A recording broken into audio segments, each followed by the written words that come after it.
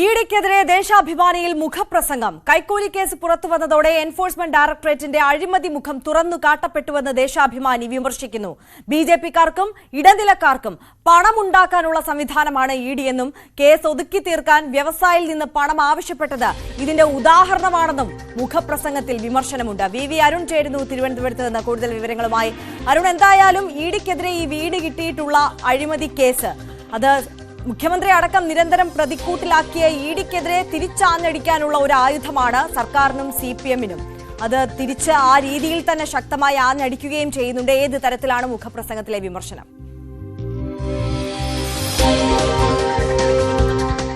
ആര്യ, 2016 പിണറായി സർക്കാരിന്റെ അവസാന പകുതി തൊട്ട് ഏറ്റവും അധികം CPM-നെ വിഷമിപ്പിച്ചത് അല്ലെങ്കിൽ CPM-നെ പ്രതിരോധത്തിലാക്കിയത് എൻഫോഴ്സ്മെന്റ് ഡയറക്ടറേറ്റ് എന്ന കേന്ദ്ര ഏജൻസിയാണ്. സ്വർണ്ണക്കടത്ത് മുതൽ ഇങ്ങോട്ട് ഓരോ തവണ, പിന്നീട് കരുവന്നൂർ വരുന്നു, അതിനുശേഷം ഓരോ ബാങ്ക് ഇടപാട് വരുന്നു. എവിടെ വന്നാലും എൻഫോഴ്സ്മെന്റ് ഡയറക്ടറേറ്റ് CPM-ന് പുറകിലുണ്ടായിരുന്നു എന്നുള്ള ഏറ്റവും പ്രധാനപ്പെട്ട വസ്തുത. CPM ചെറിയ രീതിയിലൊന്നുമല്ല അവർ കുഴച്ചത്. ഇപ്പോഴും വലിയ അന്വേഷണങ്ങൾ ബാക്കിയാണ്. CPM-നും CPM നേതാക്കൾക്കും നേതാക്കളുടെ കുടുംബത്തിനുമെതിരെയൊക്കെ വലിയ അന്വേഷണം ഇപ്പോഴും ബാക്കിയാണ്. ആ എൻഫോഴ്സ്മെന്റ് ഡയറക്ടറേറ്റിനെ പിടിക്കാനുള്ള അവസരമാണ് ഈ കൊച്ചി ED അഴിമതി കേസ് CPM-നും സർക്കാരിനും നൽകുന്നത്. അത് ആ രീതിയിൽ തന്നെ, ആര്യ സൂചിപ്പിച്ച പോലെ ആ രീതിയിൽ തന്നെ അവർ ഉപയോഗിക്കുമെന്ന് ഉറപ്പാണ്. അത് ഉപയോഗിച്ച് തുടരുകയും ചെയ്തു. അതുകൊണ്ടാണ് ഇന്നലെ CPM സംസ്ഥാന സെക്രട്ടറിയുടെ ഒരു വാർത്താക്കുറിപ്പും ഇതുമായി ബന്ധപ്പെട്ട് വന്നിരുന്നു. ഇപ്പോൾ രൂക്ഷ വിമർശനമാണ് ദേശാഭിമാനി CPM-ന്റെ മുഖപത്രം അവരുടെ മുഖപ്രസംഗത്തിലൂടെ ഇഡിക്കെതിരെ ഉന്നയിക്കുന്നത്. എൻഫോഴ്സ്മെന്റ് ഡയറക്ടറുടെ അഴിമതി മുഖം തുറന്നു കാട്ടപ്പെട്ടു.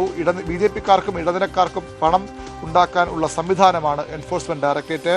കേസ് ഒതുക്കി തീർക്കാൻ വ്യവസായിയിൽ നിന്ന് പണം ആവശ്യപ്പെട്ടത് ഇതിന്റെ ഉദാഹരണമാണ്. 10 വർഷത്തിന് ED രാഷ്ട്രീയക്കാർക്കെതിരെ എടുത്ത കേസുകൾ 2 മാത്രമാണ് പ്രതികൾ ശിക്ഷിക്കപ്പെട്ടത്. കൊടകര കുഴൽപ്പണക്കേസിൽ ഈ BJP-ക്കാരെ രക്ഷപ്പെടുത്തിയെന്നും പറയുന്നു. അതായത് ഈ രാഷ്ട്രീയ ആയുധമാണ്. നേരത്തെ CBI ആയിരുന്നു കേന്ദ്ര സർക്കാർ രാഷ്ട്രീയ ആയുധമെന്ന വിമർശനം ഉണ്ടായിരുന്നുവെങ്കിൽ ഇപ്പോൾ അതിന് മുൻപന്തിയിൽ നിൽക്കുന്നത് എൻഫോഴ്സ്മെന്റ് ഡയറക്ടറേറ്റ് ആണ്. ആ രാഷ്ട്രീയ ആയുധം ഉപയോഗിച്ച് പ്രതിപക്ഷ പാർട്ടികൾ ഭരിക്കുന്ന സംസ്ഥാനങ്ങളിൽ വലിയ അനിശ്ചിതത്വമുണ്ടാക്കാൻ, അസ്ഥിരത ഉണ്ടാക്കാൻ കേന്ദ്ര സർക്കാർ ശ്രമിക്കുന്നു, BJP ശ്രമിക്കുന്നു. അതിൻ്റെ ഉദാഹരണമാണ് കേരളത്തിലെ സംഭവങ്ങളെന്നും CPM നേരത്തെ വിലയിരുത്തിയതാണ്.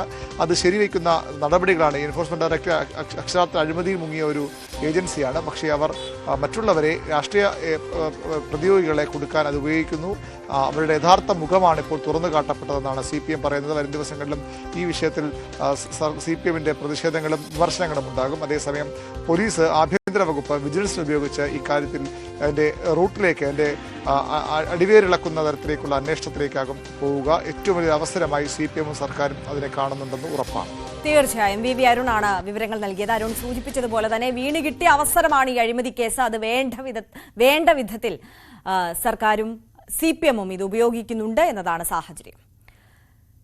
കേസുകൾ കോഴ വാങ്ങാൻ മറയാക്കിയെന്ന 10-ലധികം പരാതികളിൽ വിജിലൻസ് അന്വേഷണം തുടങ്ങിയതോടെ എൻഫോഴ്സ്മെന്റ് ഡയറക്ടറേറ്റ് നേരിടുന്നത് വൻ പ്രതിസന്ധി. ഇതുവരെ കേരളത്തിലെ നിരവധി കേസുകളിൽ മുഖ്യമന്ത്രിയെയും സർക്കാരിനെയും പ്രതിക്കൂട്ടിൽ നിർത്തിയ EDയെ പിടിക്കാനുള്ള അവസരമാണ് സംസ്ഥാന സർക്കാരിന് ഇപ്പോൾ വീണ് കിട്ടിയിരിക്കുന്നത്.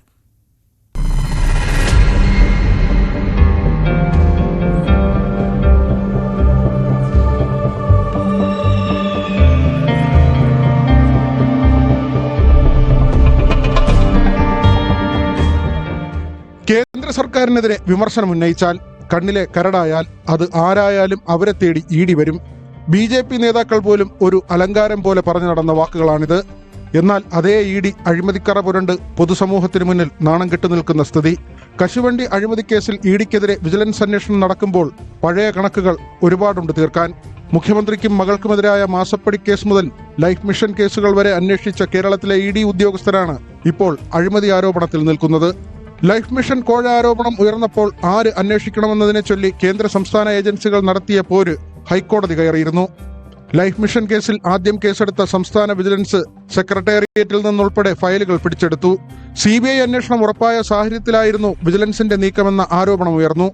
വൈകാതെ കേസിലേക്ക് EDയും എത്തി. തിടുക്കപ്പെട്ട് വിജിലൻസ് സംഘം ഫയൽ പിടിച്ചെടുത്തത് തെളിവ് നശിപ്പിക്കാനാണെന്ന ആരോപണം ശക്തമായി. ഫയലുകൾ കൈമാറാൻ സംസ്ഥാന ഏജൻസിക്ക് കോടതി നിർദ്ദേശം നൽകി.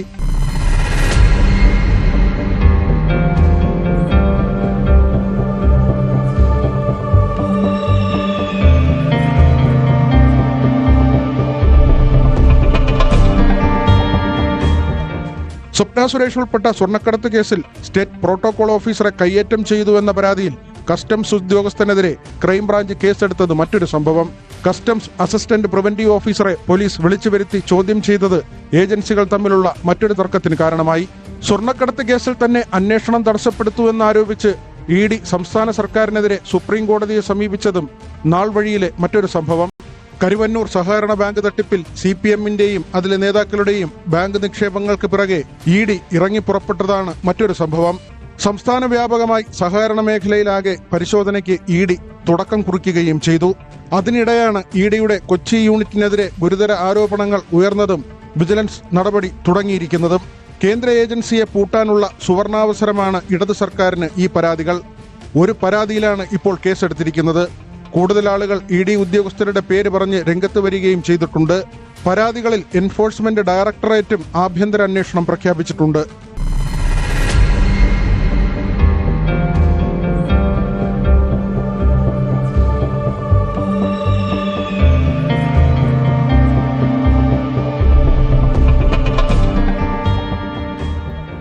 VV Vinod, news 18 Thiruvananthapuram.